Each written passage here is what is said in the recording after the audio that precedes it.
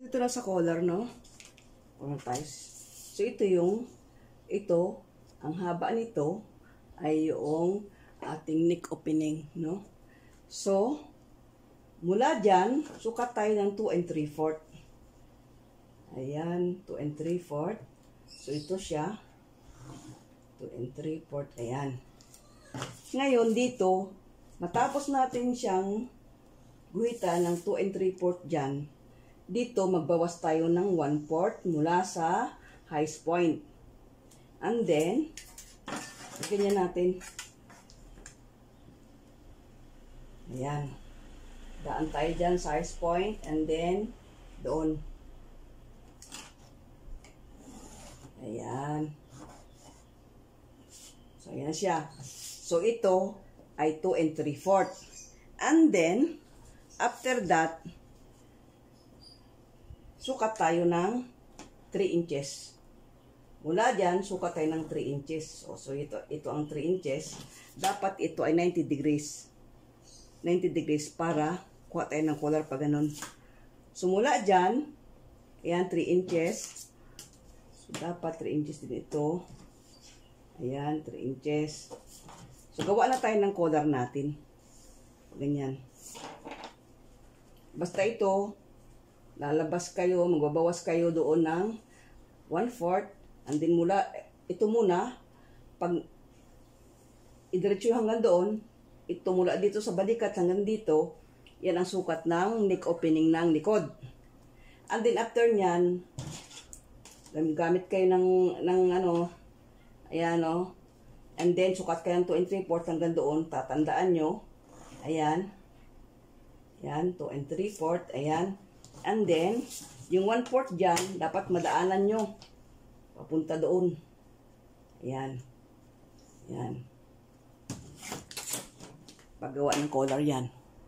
So, after mo, maghuhitan na mapapunta doon ng 2 and 3/4, sukatin mo ito mula dyan hanggang doon ng sukat nito. O, 4 and 1/8. So, dapat 4 and 1/8 dyan. So, nandito siya. After nyan, guhit ka ng paganyan. 3 and 1/4. So, 3 and 1/4. Yan yung ating collar.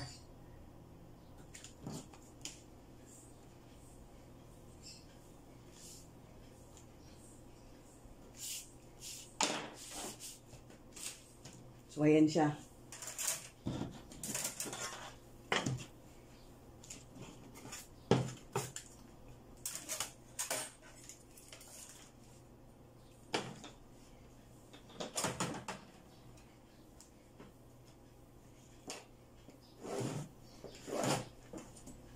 And then, saka mo igaganyan.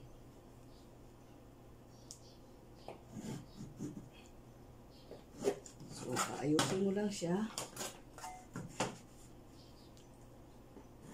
So, ayan siya. So, may collar na tayo. Burahin na natin yan. So, ayan yung collar natin. Yan ang collar natin. So, ayan ang collar natin ngayon. Ba? So, ito ang collar natin, ha? Diyan ang collar natin. Tatransfer natin sa papel yan. Pero, kapag ating ginupit yan, ito, yan ang tunay. Ito lang, nagbawas lang tayo ng 1/4 doon para sa collar yan. No? Pero ito pa rin yung ating neck hole. Yan pa rin.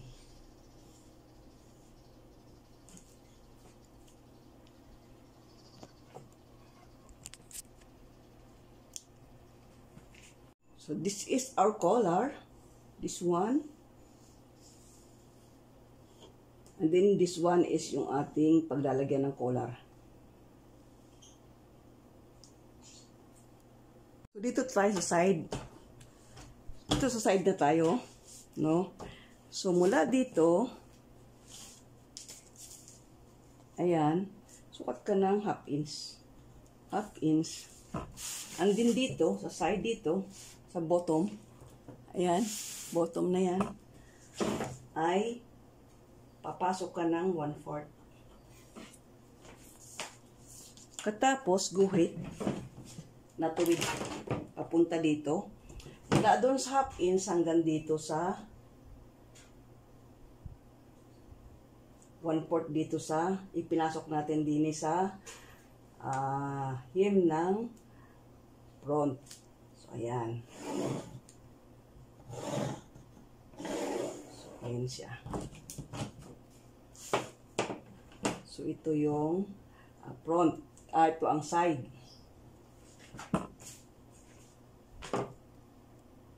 Ganyan.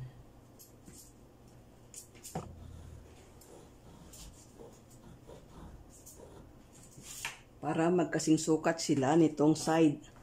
So, sukatin natin.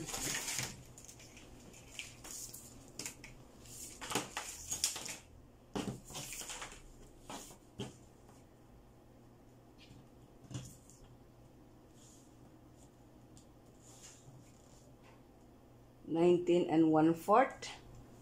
So, dapat ito ay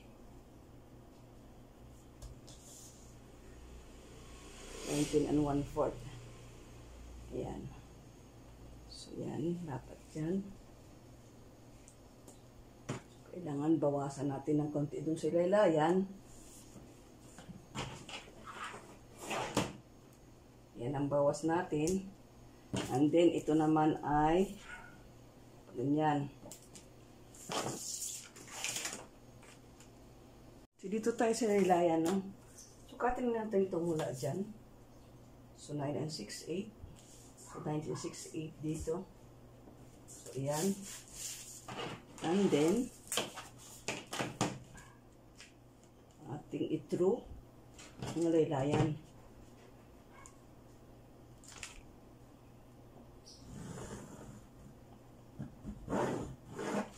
So, ayan.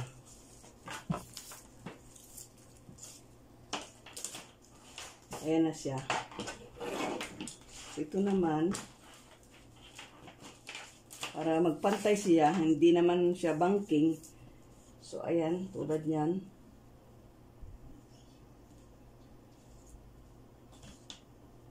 Ganon din siya. So, dapat ito ay ganito.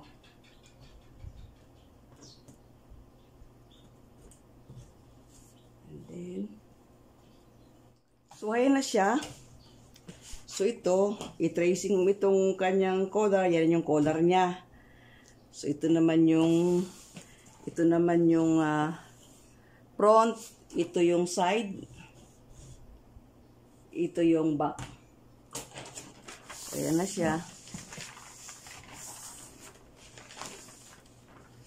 So, ayan.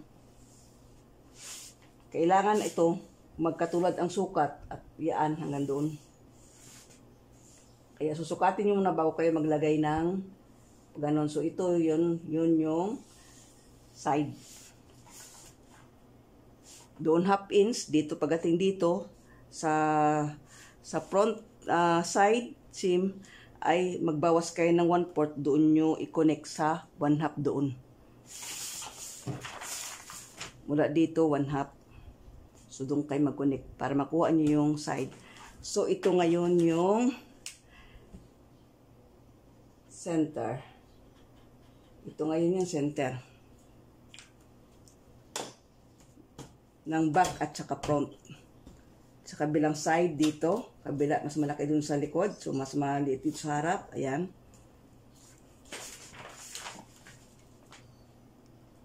So, i-trace natin yung collar.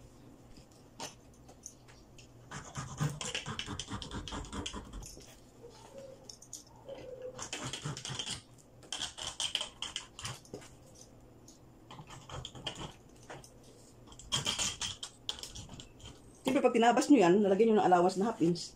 Paikot, half inch. Katapos sa lilayan, 1.5. Yan.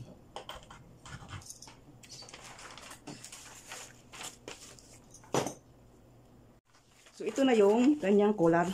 Wala ka lang mabaguhin dyan. Pwede mo siyang revise, pwede mo siyang ituwid pa ganun. Yan. Pero yan yung mga sukat niya. Pero kung ako, yan na yung sukat niya. Ito na yung kanya. Pababa talaga dyan. yan talaga ipababa. O kaya pwede rin siyang pabilog. Kung inyo namang pabilog na ganyan, pwede rin. Ganun. Dito.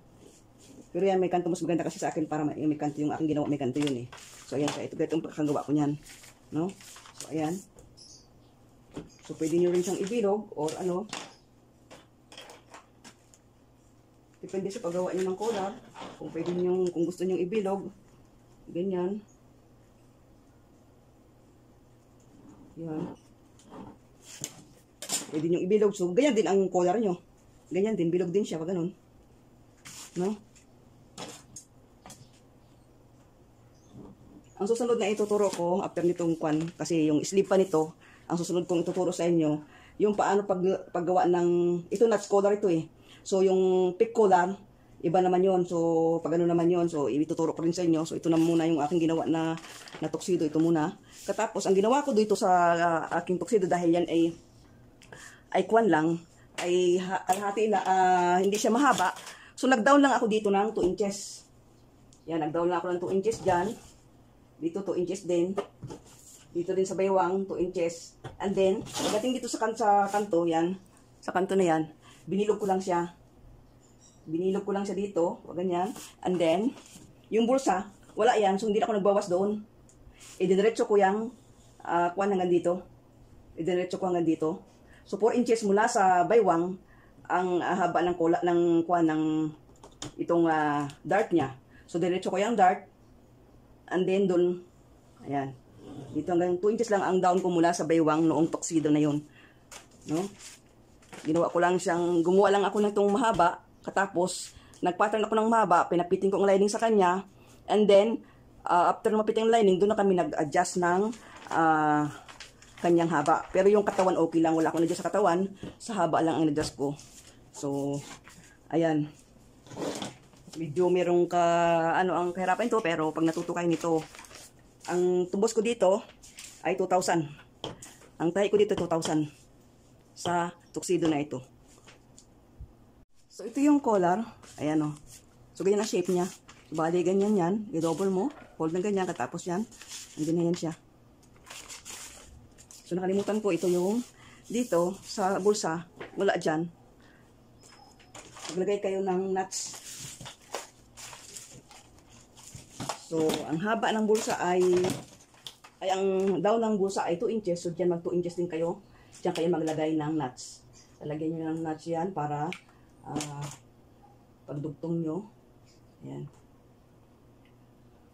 So, gawin kong dalawa yan. So, itong gitna ang tama. So, yan, may nuts kayo dyan ilalagay. Ang susunod naman ito ay ang paggawa ng 2-piece sleeve. So, 2 piraso siya na sleeve. So, isang sleeve pero 2 piraso siya. So, abangan nyo. And bye for now. God bless everyone. Have a good day.